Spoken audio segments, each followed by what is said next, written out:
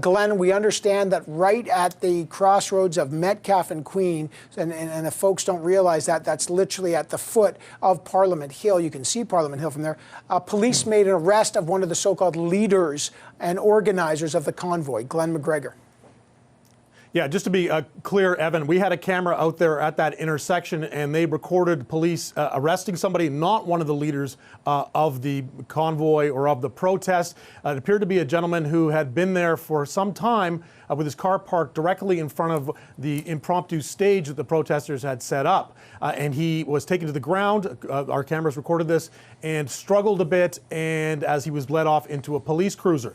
But we're seeing video also from elsewhere. Somebody recorded on Facebook a few blocks away on Albert Street near O'Connor, where one of the what appears to be protest organizer Chris Barber. He's been one of the faces of the protest. Anytime the organizers come out for a press conference, he is often there. He's very active on social media, telling people about what's going on with the protest. So we don't know why he was taken into police custody, and the police have not confirmed his arrest, but we know, we've seen this video that was posted on Facebook, and it's pretty evidently the same guy who we believe to be Chris Barber, who was seen with another organizer, Tamara Leach, at the War Memorial earlier in the day.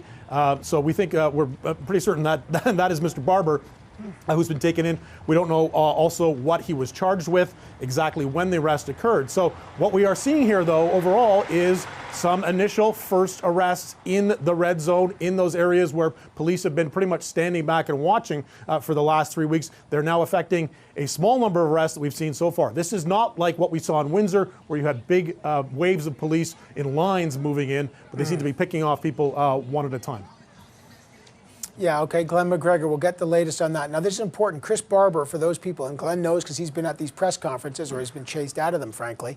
Chris Barber is a Saskatchewan trucker. Thanks. He was involved, as Glenn said, with Tamara Leach, collecting the millions and millions of dollars on first GoFundMe and then Give, Send, Go.